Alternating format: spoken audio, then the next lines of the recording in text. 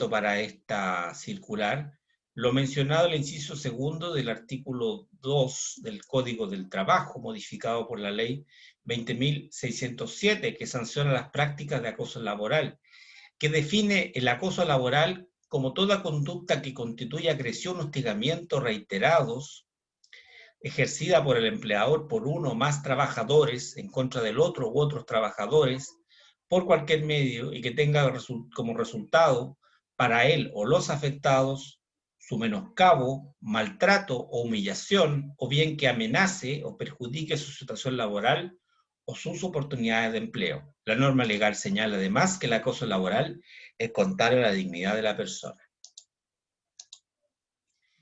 Así también menciona la parte introductoria de esta circular que del artículo 2, el inciso segundo del artículo 2 del Código del Trabajo, modificado por la Ley 20.005, tipifica y sanciona el acoso sexual, señalando que se entiende por acoso sexual el que una persona realice en forma indebida, por cualquier medio, requerimiento de carácter sexual, no consentido por quien los recibe y que amenacen o perjudiquen su situación laboral o sus oportunidades en el empleo.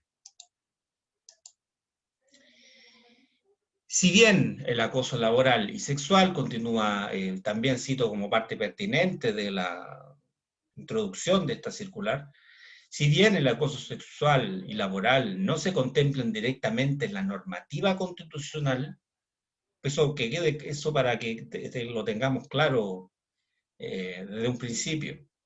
Si bien el acoso laboral y sexual no se contemplan directamente en la normativa de Carabineros como conductas descritas que constituyan faltas, resulta indudable que los criterios valóricos y doctrinarios que sirvieron de fundamento a la ley, a los conceptos y a las medidas disciplinarias que se desprenden, son plenamente aplicables a Carabineros de Chile.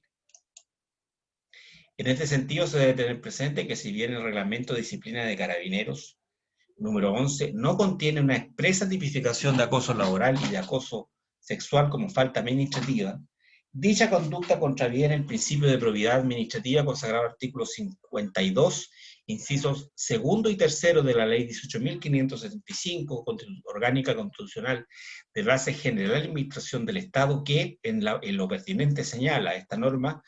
El principio de probidad administrativa consiste en observar una conducta funcionaria intachable y un desempeño honesto y leal de la función o cargo, con preeminencia del interés general sobre el particular.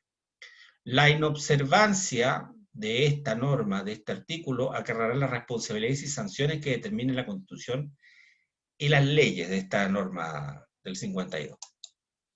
En ese orden de ideas, señala la primera parte de la circular, se debe tener presente que tanto el acoso laboral como el acoso sexual vulneran también las normas que reglan el sistema jerárquico y disciplinario de Carabineros de Chile, junto a los principios de consideración y respeto mutuo que se deben los miembros de la institución, constituyendo una clara expresión de abuso de autoridad. Conforme a lo indicado, cabe incluir que la normativa legal y reglamentaria vigente en Carabineros de Chile permite considerar al acoso laboral y sexual como una conducta infraccional susceptible de ser investigada y sancionada en sede administrativa. Esta parte es más que nada como para, la señalo y la indico como una forma de empoderarlos, porque como les dije alguna vez, información es poder, y ustedes tienen derechos a saber sus derechos. En ese sentido, nadie puede hacerles ningún mal de manera arbitraria y caprichosa. En realidad, la regla general es que nadie puede hacer ningún mal a otro. Pero el tema es que en el caso de, si bien lo que busco con esta introducción es establecer de manera clara, de manera indiscutible, para que ustedes no sientan ninguna aprehensión, ningún temor de que las conductas de acoso sexual, si bien expresamente no están incluidas en el reglamento de disciplina, sí están en nuestra legislación y están en la legislación, y Carabineros de Chile ya la consagró como una norma vinculante al establecer esta circular.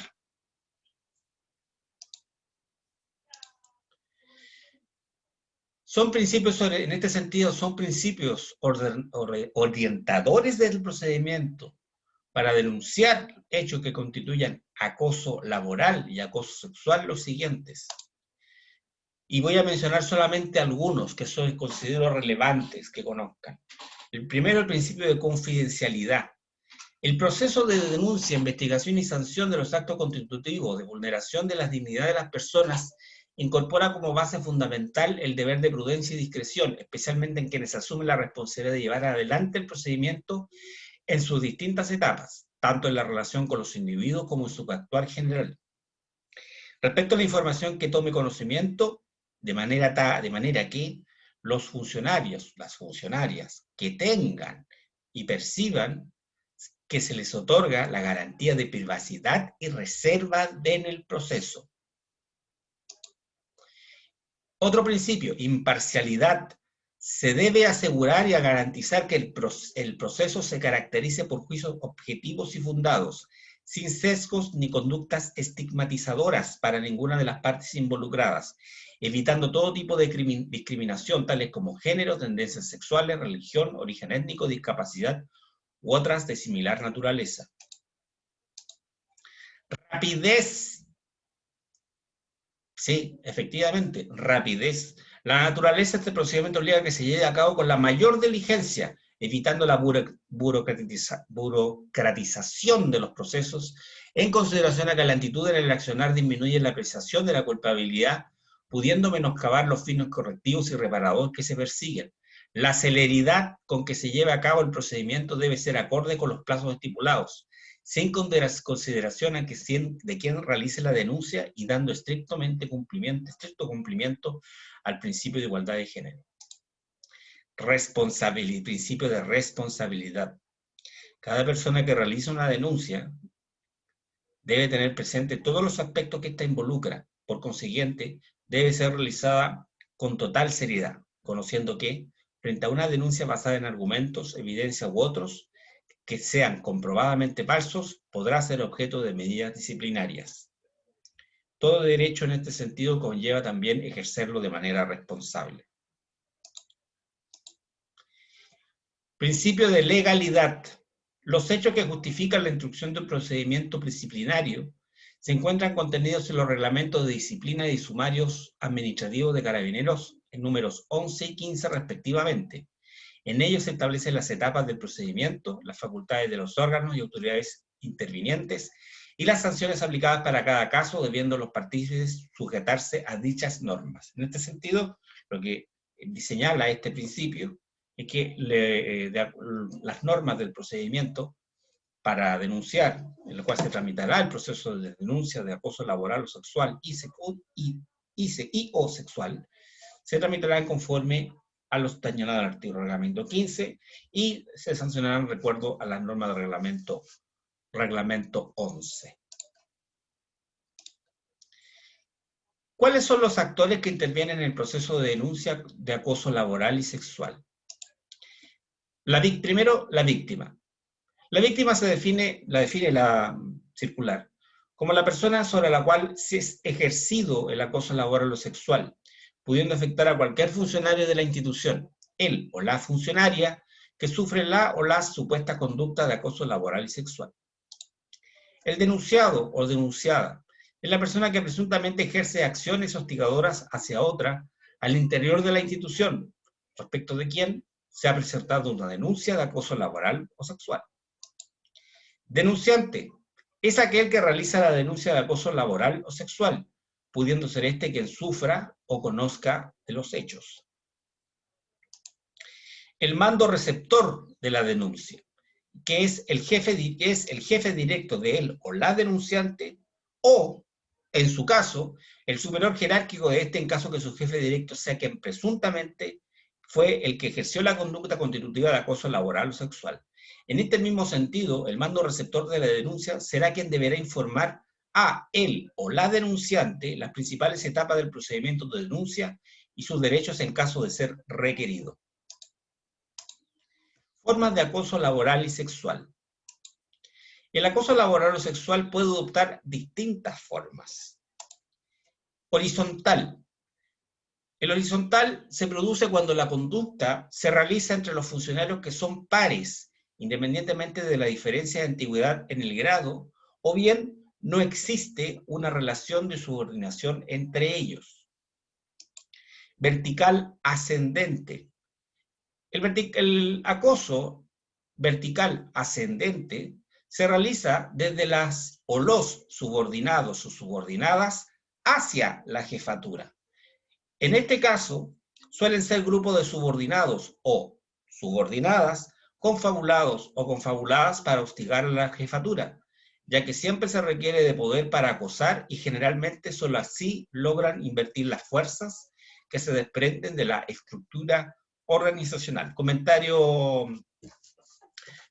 aparte, esto, bueno, vamos a ver al final que, de acuerdo a nuestro elemento jurídico, la circular se pone en esa situación, que no todo se acaba en el reglamento 11, el reglamento 15 de Carabineros, también pueden existir otros medios y otras autoridades, como Contraloría y los tribunales de justicia. Y en este caso del acoso vertical ascendente, que puede ser el procedimiento de denuncia una vía de solución de este tema. Sin embargo, esto tiene viso más que nada de delito de insubordinación, de desobediencia, perdón, mejor dicho, técnicamente hablando se llama desobediencia. La desobediencia es una especie de delito de insubordinación contemplado en el Código de Justicia Militar. Y eventualmente también puede constituir el delito de sedición o un delito contra la seguridad interior del Estado. Y en este sentido, estimamos que en este caso, el acoso vertical ascendente, para los que desempeñan funciones de jefatura en las distintas unidades de carabineros del país, el medio de la denuncia quizás constituye un medio alternativo que puede usarse, yo estimo, quizás en paralelo. Habría que ver si uno puede recurrir en este caso a otro órgano administrativo, o si bien recurrir al ámbito judicial, porque no hay que olvidar que cuando se interviene, se pide la intervención de un órgano judicial, por ejemplo, una denuncia a la Fiscalía Militar, toda actuación administrativa el órgano administrativo que conoce, en este caso, pudiese conocer por ejemplo, de una denuncia por acoso laboral, va a tener que inhibirse. Eso es lo que dice el artículo 54 del 1880. Sin embargo, la posibilidad existe, la circular da esa posibilidad y el acoso vertical ascendente se podría realizar. Por último, tenemos el que es quizás la regla general en materia de casos estadísticos, que es el caso que más se establece. Puede haber un acoso horizontal, sí, es cierto, entre compañeros, o compañeros que hagan bullying a otro compañero, pero este es el típico caso de acoso laboral o sexual que se presenta normalmente, y este se define como aquel acoso que se ejerce desde la jefatura hacia los o las subordinadas. Si bien podría darse que el acosador o la acosadora tenga más de una víctima, suele tratarse solo de una persona que ha sido aislada y estigmatizada por la jefatura, en complicidad con el silencio de sus pares. Este es el caso estadísticamente más habitual, el que uno podría asociar y uno podría establecer que ocurre con más frecuencia, en que se da el abuso de poder, la situación de abuso de poder. Se hace presente que para que una conducta configure uno de los distintos tipos de violencia laboral debe existir una simetría de poder, sin que exista necesariamente una relación de jerarquía, dice la circular. Ello porque la jerarquía está dada por la estructura de la organización y la autoridad asociada a esa posición, mientras que la simetría de poder significa que una persona ejerce mayor poder en medio de otra, independientemente de su posición jerárquica. Es decir, una persona puede ejercer mayor poder que otra o otras, ya sea por antigüedad en el grado, mayor cercanía con la jefatura, etc. Eh, Creo que ese ejemplo, la explicación de qué significa esto, se explica con el ejemplo. Y quizás muchos funcionarios al ver este video van a pensar en casos que le ha pasado a ellos, de compañeros que de repente pueden ser más cercanos con los jefes que otros. Y otros que simplemente realizan su labor policial, eh, no tienen grado de sociabilidad normal con los jefes, obedecen las órdenes, pero no tienen una actitud de cordialidad más allá eh, de lo que se permite. Eh, no quiero emplear, como este es un video serio, no quiero emplear palabras o dichos o jergas que clientes me han dicho, es que a los compañeros que son cercanos con los jefes. Pero ustedes deben saber cuál es la jerga o el apodo que le dicen a esos funcionarios, a esos compañeros. Bueno, también esas personas, pues, si hacen ese acoso, ya no se consideraría un acoso horizontal, siendo que podría considerar en cierta medida un acoso vertical, pero acoso laboral de todas maneras.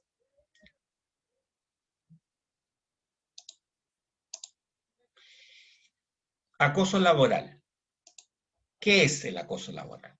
Es toda conducta, dice la circular, esta es la definición de la circular, toda conducta que constituya agresión o hostigamiento reiterados ejercida por el empleador por uno o más trabajadores en contra de otro u otros trabajadores por cualquier medio, que tenga como resultado para él o sus afectados su maltrato, su menoscabo, humillación, o bien se amenaza o perjudique su situación laboral o oportunidades del empleo, siendo además contrario a la dignidad de la persona. Es lo que ya habíamos comentado, es una copia es una transcripción casi del artículo segundo del Código del Trabajo antes leído. Es necesario precisar que conductas ocasionales o conflictos incipientes no constituyen acoso laboral, así como tampoco conductas ocasionales, conflictos incipientes no constituyen acoso laboral. Tampoco el estrés derivado del exceso de trabajo, tampoco una amonestación del jefe directo, tampoco críticas aisladas o bien jornada de trabajo extensas o prestación de servicios en precarias condiciones laborales debido a su estructura deficiente. A ver, voy a detenerme un poquito. Esto es lo que dice la circular. Por lo tanto, esta interpretación de Carabineros eh, establece de cierta manera la excepción, excepciones, interpretaciones que constituyen la excepción a la regla de considerar situaciones de acoso. Yo no estoy muy de acuerdo, especialmente con el tema de las jornadas de trabajo extensas, de darles turnos nocturnos, que es una práctica, es una práctica muy generalizada, o perdón, es una mala práctica que yo he observado en mi experiencia profesional junto con mi socio, el suboficial mayor Rodrigo Gastón Álamo. Hemos observado de parte de Carabineros. Eh, y el establecer que eso no constituye acoso, yo creo que eh, no es lo correcto, es acoso, debería considerarse acoso, independientemente de que sean extensas las jornadas laborales y no haya un dictamen de Contraloría de año 2003, 2002 que así lo establezca, que así lo permita. Sin embargo, Carabineros no es un ente, no es un Estado dentro de otro Estado, es un ente que tiene que respetar todo el ordenamiento jurídico vigente. Entonces, en ese sentido, estimamos que esta parte de los ejemplos que da puede ser, sí, un marco de referencia válido, pero no legítimo en su totalidad. Y cada caso se podría evaluar de manera distinta, y en cada caso, posiblemente, quizás el medio no sea este procedimiento de denuncia no sea suficiente para solucionar un tema de real acoso laboral, sino que se tenga que recurrir, en este caso, a tribunales de justicia, por ejemplo, en sede penal, o corte de apelaciones por la vía del recurso de protección. Adicionalmente, conviene señalar que las discusiones cotidianas leves suscitadas al interior de la institución tampoco deben ser consideradas como actos constitutivos de acoso laboral. Uno de los elementos principales del acoso laboral es que tiene que haber una conducta reiterada, es decir, por lo menos 2 hechos que constituyan acoso laboral. Ese es un principio es una regla que incluso se da de estándar para los acosos laborales en el sector privado, de donde viene la norma, donde se aplica la norma desde hace algunos años. Contrario a lo anterior, estamos frente a una conducta de acoso laboral cuando los hostigamientos son periódicos, como realizados en el lugar de trabajo con la finalidad de humillar, marginar a un o una determinada o determinado funcionario o funcionario, provocando incluso su renuncia, muchas veces acompañada de daños de salud como la depresión, estrés, ansiedad, además de trastornos psicosomáticos. Ahora bien, en algún video, probablemente comenté, cuando hablé de las enfermedades profesionales, si es que no me equivoco, no me falla la memoria, que en este caso considero que tal como se aplica a los civiles, el acoso laboral puede constituir perfectamente una enfermedad profesional. Y en tal sentido, si ustedes les afecta como consecuencia del hostigamiento reiterado del mando, por ejemplo, se sienten bajo estos síntomas que señalo yo, depresión, estrés, ansiedad, lo que tienen que hacer es consultar a un profesional, un psiquiatra, medicarse, que les dé licencia y que la licencia la pidan que se las dé número 6, es decir, por enfermedad profesional. Elementos de acoso laboral. Primero, sujeto agresor. Puede ser tanto el empleador como el funcionario o uno más de ellos. Conducta de otro elemento de acoso laboral. Conducta de agresión u hostigamiento. Todas aquellas conductas que implican una agresión física o moral por cualquier medio hacia los funcionarios. Reiteración.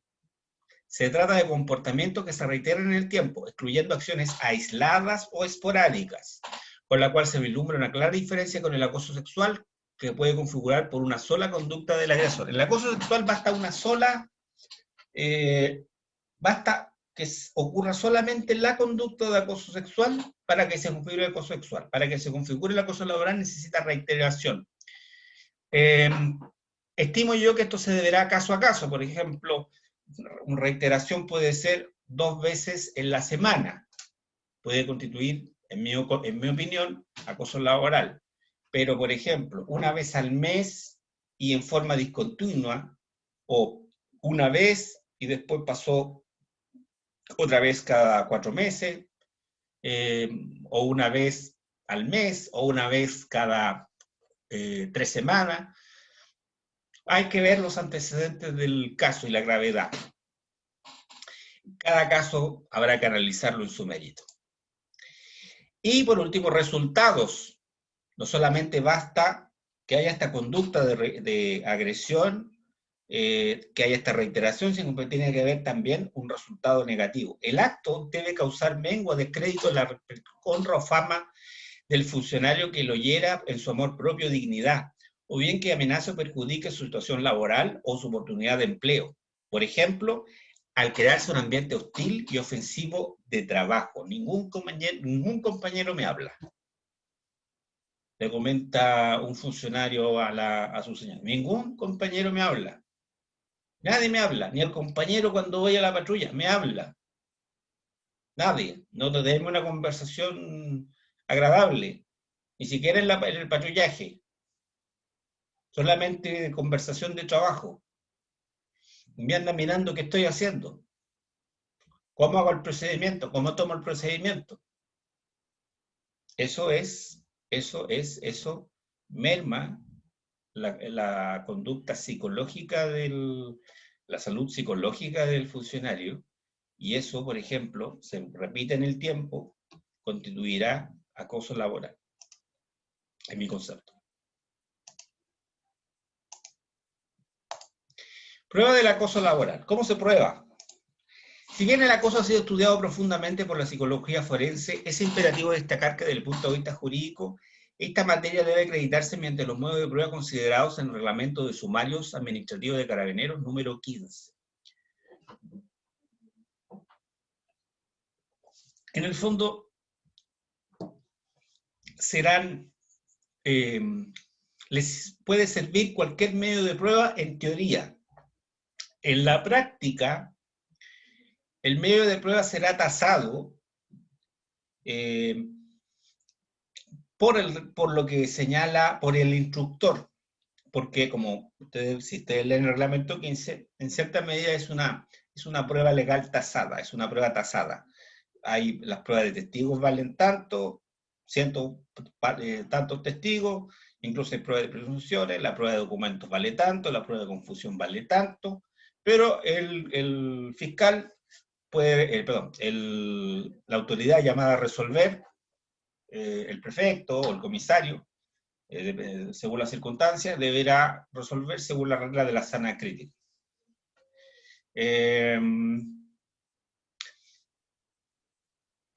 Pero la recomendación es, sírvase de todo medio de prueba generado lícitamente. Habrá que analizar en su caso, en cada caso, si toman un medio de prueba, por ejemplo, una grabación sin autorización, habrá que examinar, porque no necesariamente la grabación de una conversación en un recinto cerrado, no necesariamente puede ser ilícita. Habrá que examinar las circunstancias de ello en su caso. La regla general es que no, la grabación en un recinto cerrado no debería ser objeto de, no debería ser considerada una prueba lícita, obtenida lícitamente. Sin embargo, toda regla general tiene excepciones. Eso habrá que examinar caso a caso. Acoso sexual. ¿Qué es el acoso sexual? Concepto, según la circular, se produce cuando una persona realiza en forma indebida por cualquier medio requerimiento de carácter sexual, no consentidos porque los recibe y que amenacen o perjudican su situación laboral o sus oportunidades de empleo. Es una conducta contraria a la dignidad de la persona. Lo mismo que dice el artículo 2 del Código del Trabajo. Elemento del acoso sexual. Sujeto del acoso sexual. El acoso sexual debe ser realizado por una persona, hombre o mujer indistintamente. Esto significa que no solamente se incluye el acoso de un hombre hacia una mujer, sino también el acoso de una mujer hacia un hombre y el acoso entre personas del mismo género.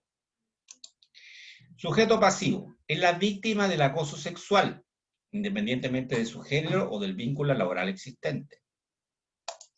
Sujeto activo es el que realiza el acoso sexual independiente del género o del vínculo laboral, que puede ser el jefe o cualquier otro miembro de la institución. Conductas de connotación sexual. Esto significa, a propósito del acoso sexual, del elemento del acoso sexual, esto significa que la acción indebida debe ser de carácter sexual, tales como el exhibicionismo, los tocamientos, roces y propuestas sexuales como insinuaciones, proposiciones, exhibición de material pornográfico, entre otros. También puede ser tiene que constituir, como parte del elemento del acoso sexual, que sea una acción sin consentimiento no deseada. La falta de aprobación es determinante para establecer si existe acoso sexual. Por lo que si una persona acepta por su propia voluntad un requerimiento de carácter sexual, no puede alegar posteriormente acoso sexual. Aquí quiero detenerme un poquito para estimar quién debe probar ese hecho. Estimo yo, y así sé por lo menos en el mundo civil, es así, porque a todo esto yo, antes de dedicarme a abogado de carabinero, desde hace 5 años, yo llevo 20 años, casi 20 años de profesión, de abogacía. Yo me dedico todavía hasta el día de hoy, incluso hago asesoría a empresas en materia laboral. y se estila como estándar probatorio, como quien tiene la carga de probar el tema del consentimiento en el acoso, para que no se configure el acoso sexual, la carga de la prueba es del acosador. Esa es la carga de la prueba. ¿Por qué? Porque hay un principio básico de derecho de prueba, que es los hechos negativos no se prueban. A mí, yo no di consentimiento, no tengo por qué probarlo. El que tiene que probar el consentimiento, el que tiene que probar lo que alega, es, en este caso, tendría que ser en este caso el acosador. Contexto laboral como elemento del acoso sexual. Debe existir un vínculo laboral en el que realiza el acoso sexual y la víctima. Y por lo tanto, no solo se circunscribe al lugar espacio físico donde desempeñan sus funciones, sino también se extiende fuera de este. No solamente tiene que ocurrir dentro de la comisaría, para decirlo, en el retén, en la comisaría, la tenencia, la prefectura, la jefatura de zona, la dirección general, tiene que ocurrir dentro de ese, también puede ser afuera. Lo único que tiene que ser entre funcionarios. Por cualquier medio, significa que las conductas constitutivas de acoso sexual no se encuentran limitadas a acercamiento o contacto físico con la víctima, sino que incluye la acción del acosador sobre la víctima, que puede representar un requerimiento de carácter sexual indebido, como invitaciones impropias, insinuaciones, correos electrónicos, entre otros. Una vez me acuerdo, cuando se podía ir a tribunales, hasta antes de la pandemia, vi un letrero de la Corporación Administrativa, del Poder Judicial, si no me equivoco, el cual señalaba que el beso cuneteado era una forma de acoso sexual. Con amenaza, otro elemento del acoso sexual, con amenaza del perjuicio laboral o las oportunidades en el empleo. Significa que el rechazo a la víctima al acoso sexual, su sumisión a este, puede afectar su estabilidad laboral. Ejemplos de conductas que pueden dar lugar a acoso sexual en la medida que cumplan con los elementos mencionados precedentemente. Comportamiento físico de naturaleza sexual, abrazos, roces con connotación sexual, que equivale a un contacto físico no deseado, que varía de tocamientos innecesarios, palmaditas, pellizcos, roces en el cuerpo de otra persona. Conductas que no son consentidas por la persona afectada. Conducta verbal de naturaleza sexual, lenguaje sexual, incluye insinuaciones sexuales molestas, proposiciones, opresión para la actividad sexual, insistencia para una actividad social fuera del lugar de trabajo, flirteos ofensivos, comentarios insinuantes y obscenos. Estos comportamientos asignan a los acosados un papel de objetos sexuales en vez de colegas de trabajo. Por ejemplo, cuando el jefe cuenta chistes cochinos, como forma de relajar el ambiente. Voy a relajar el ambiente. ¿Por qué piensan eso? Voy a relajar el ambiente y cuento chistes cochinos. Estoy extrapolando, en todo caso, un ejemplo de la vida civil, que yo creo que podría darse perfectamente en el ámbito de una comisaría, o una subcomisaría, qué sé yo, una unidad de carabineros. Y el jefe cuenta chistes sexuales en frente de funcionarias mujeres, que son chistes de hombre, los cuenta así livianamente. Eso, por ejemplo, podría constituir un acoso sexual. ¿Podría considerarse un acoso sexual? Pregunta.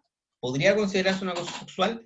Sí, en la medida que se produzcan y se configuren los elementos señalados del acoso sexual. Sin embargo, estimo yo que si no se dan elementos de afectación al empleo, a las oportunidades de empleo, afectación a ¿cuánto se llama? Algún prejuicio, o que estas no son el destinatario, el destinatario de los chistes, ¿no? No hay un destinatario de los chistes, no está dirigido, oiga, aquí, por ejemplo, en el chiste pone como a una funcionaria en un chiste, como personaje de un chiste. Ahí podría configurarse claramente un acoso sexual, pero si no es así y es molesto, no puede, quizás no sea considerado acoso sexual, pero sí podría las funcionarias podrían considerar esta conducta impropia de la jefatura como acoso laboral. Eso pienso yo. Comportamiento no verbal de carácter sexual. Se refiere a la exhibición de fotos sexualmente sugestivas o pornográficas de objetos materiales escritos, miradas impúdicas, silbidos, gestos que hacen pensar en sexo. Estos comportamientos pueden hacer que los afectados, las afectadas se sienten incómodos o amenazados, afectando su situación laboral. También comportamientos basados en el sexo que afectan la dignidad de la persona en lugar de trabajo, correos electrónicos, proposiciones, todas ellas de carácter sexual. Se trata de una conducta de carácter sexual que denigra, es intimidante, físicamente abusiva, por ejemplo, los insultos que están relacionados con el sexo, y los comentarios de este carácter sobre el aspecto de vestimenta y que son ofensivos. Una conducta de este tipo puede crear un ambiente de trabajo degradante para la acosada o el acosado. Por ejemplo, los funcionarios, párate como hombre, oye, no sé, eso no te queda, etcétera. No sé, podría ser también, bueno, decir, la mujer, el jefe podría dar un comentario, esa frase árabe que dice, las mujeres no hay que, no hay que entenderlas, hay que quererlas. Eso también, en su contexto, tomando el contexto de cómo lo dijo, en qué contexto lo dijo, podría, de acuerdo a lo que señala este ejemplo, también podría considerarse como una especie de acoso sexual. El acoso sexual no significa necesariamente una actitud de intimidación de un sujeto a otro sujeto. También podría configurar una estigmatización basada en el género. Y en ese sentido es importante tenerlo presente. Procedimiento aplicable. Por fin llegamos a lo práctico, dirán ustedes, a lo práctico. Frente a hechos que revisten el carácter de acoso laboral o acoso sexual ejercido por algún miembro de la institución, el personal afectado, terceros conocedores de los hechos, los mandos respectivos, se encuentran obligados a, primero, dar cuenta de los hechos a través de una denuncia escrita ante su jefe directo o ante el superior jerárquico de este, en caso que éste sea quien ejerce el acoso laboral o sexual. O también, si no es una denuncia escrita, puede ser una cuenta verbal, caso en el cual se deberá levantar un acta escrita de acuerdo al anexo 1, que está en la circular, anexa a la circular y dice la circular está disponible en todas las unidades de Carabineros de Chile. El anexo 1, que se llama Acta de Recepción de Denuncia con motivo de acoso laboral o acoso sexual en el ámbito laboral, firmada por el denunciante y el receptor de la denuncia. Ese es el primer paso. Segundo paso.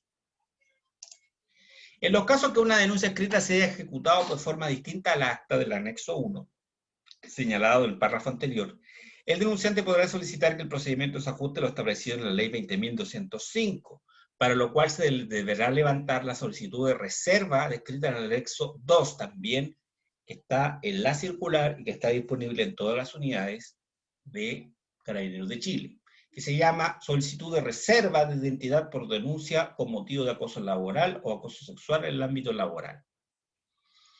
Pueden pedir reserva, pueden ser una denuncia anónima. Esto permitirá que la denuncia sea secreta respecto de terceros, la identidad del denunciante o los datos que permitan determinarla, así como la información, antecedentes y documentos que entregue o indique con ocasión de la denuncia. En esta quedará prohibida la divulgación en cualquier forma de esta información y la infracción de esta obligación dará lugar a las responsabilidades administrativas que correspondan. Y yo diría también penales. De hecho, estimo que puede configurar por lo menos, por lo bajo, incumplimiento de deberes militares. Infracción al artículo 299, número 3 del Código de Justicia Militar, por lo bajo. Conjuntamente con la denuncia, tercer paso, que se formule, el jefe directo superior jerárquico derivará los antecedentes a los estamentos e instituciones correspondientes. Esto es, la Dirección de Salud y Servicio Social, se fuere pertinente, a fin de que estos intervengan oportunamente. Cuarto paso, recibida la denuncia, y esto es importante que lo tengan presente carabineros y carabineros de Chile. Recibida la denuncia, se adoptarán inmediatamente, no en 5 días más, inmediatamente las medidas de resguardo tendientes a evitar la reiteración de las situaciones denunciadas entre los involucrados, tales como cambio de las funciones, redistribución de la jornada u otras medidas. Para ello se deberán efectuar las coordinaciones con la Dirección Nacional de Personal y sus estamentos dependientes. Esto no es optativo. O sea, ya que demoren 24 horas, es demasiado. Es demasiado. Esa es mi opinión. Y ese por lo menos va a ser mi criterio, si algún funcionario de Carabineros decide consultar, o decide consultar a mi socio, el oficial mayor en retiro de Carabineros, Gastón Alan.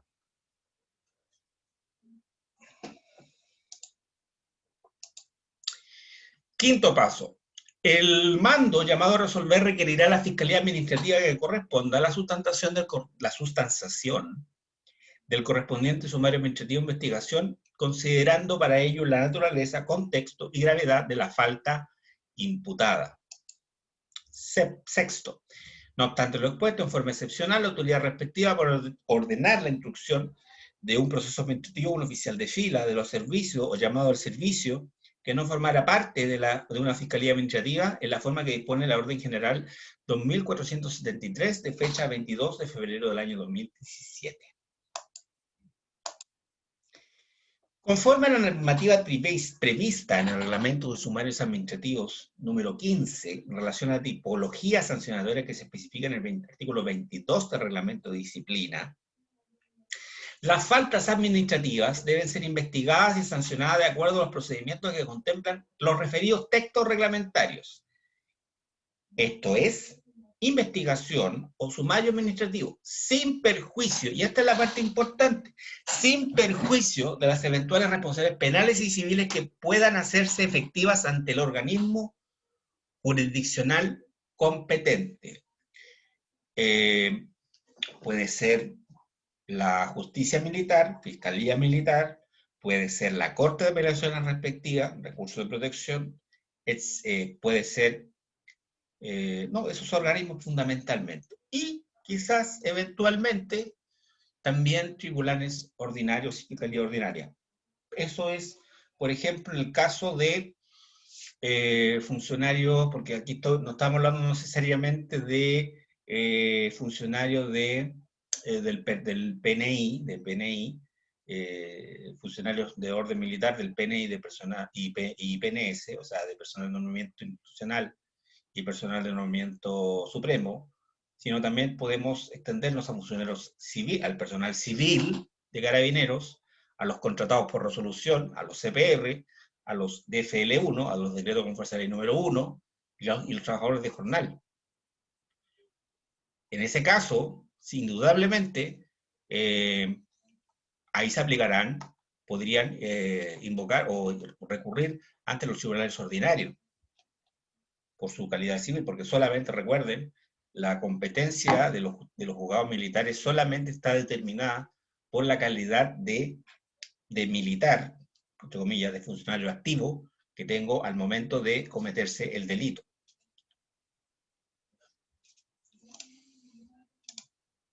En atención a que los procedimientos administrativos que se instruyan digan relación con datos de carácter sensible, de conformidad a lo establecido en la Ley 1628 sobre protección a la vida privada, deberán adoptarse las medidas de resguardo necesarias. Este es darle carácter de documentación reservada a fin de proteger la dignidad de las personas y garantizar el principio de inocencia del acusado. Esto sin perjuicio del derecho que le asistan las partes para tener derecho a acceso al procedimiento que se trata. La violación de secretos, tengo entendido, es un delito.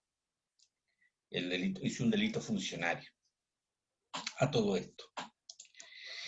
El procedimiento administrativo debe efectuarse con la mayor discreción y celeridad posible, velando porque las declaraciones de los testigos se presten libres de influencias o presiones. En el evento que los hechos denunciados revistan caracteres de delito, deberá efectuarse la denuncia al Ministerio Público o a la Justicia Militar, según corresponda, conforme a las normas generales de competencia. Eso ya me referí. Si es un personal de carácter militar, como es personal de orden y seguridad,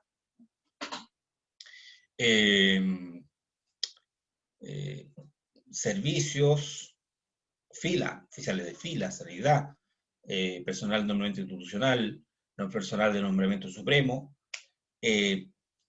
son víctimas estando en servicio activo, serán la justicia militar quien tendrá competencia, pero si son contratados por resolución de FL1, son personal civil, aunque sean nombramiento institucional y personal de nombramiento supremo civil, la competencia será los tribunales ordinarios.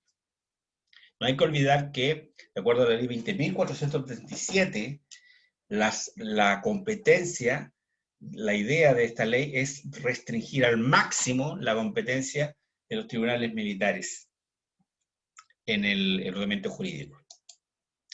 En el caso que una persona afectada a un tercero conocedor de hechos pertenecientes a la institución realiza una denuncia por acoso laboral o sexual en una entidad distinta a Carabineros de Chile, Fiscalía u otro, dicha situación deberá ser puesta en conocimiento de su mando respectivo a fin de que se adopten los cursos de acción tendientes a indagar los hechos denunciados. Ahora bien, recomendación.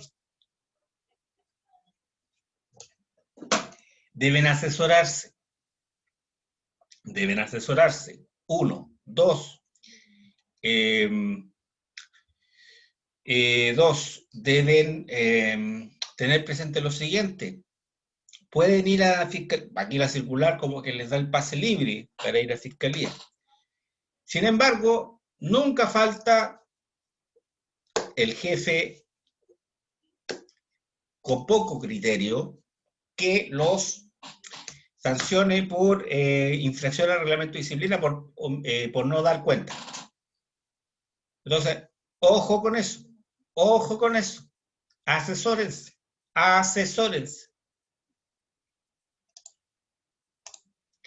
Si los hechos denunciados fueran falsos o realizados maliciosamente con el propósito de lesionar la honra de la persona denunciada, el denunciante quedará sujeto a las responsabilidades administrativas de que de ello derive, previa investigación sumario administrativo, sin perjuicio de las acciones legales que procedan. Deben ejercer este derecho o ejercer estas denuncias de manera responsable, tal como se dijo al principio de este video. Finalmente, en atención a lo señalado en los párrafos que preceden, se dispone que los respectivos mandos zonales de reparticiones y unidades den a conocer la presente circular a la totalidad del personal de su dependencia. O sea, ustedes consultan en la oficina de parte, en su comisaría de servicio, supuestamente, yo me imagino, y ahí tiene que estar toda esa copia de la circular. La copia de esa circular.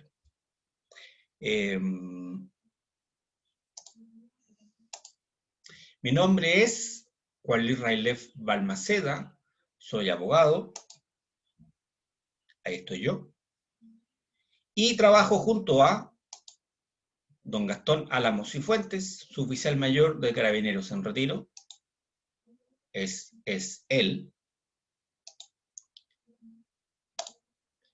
y nuestro fono de contacto y WhatsApp es el más 569-944-94866. Y nuestros mails de contacto son railefalamos@gmail.com y gaalamosyfuentes@gmail.com. Que tengan un muy, muy, muy buen día. Cuídense mucho.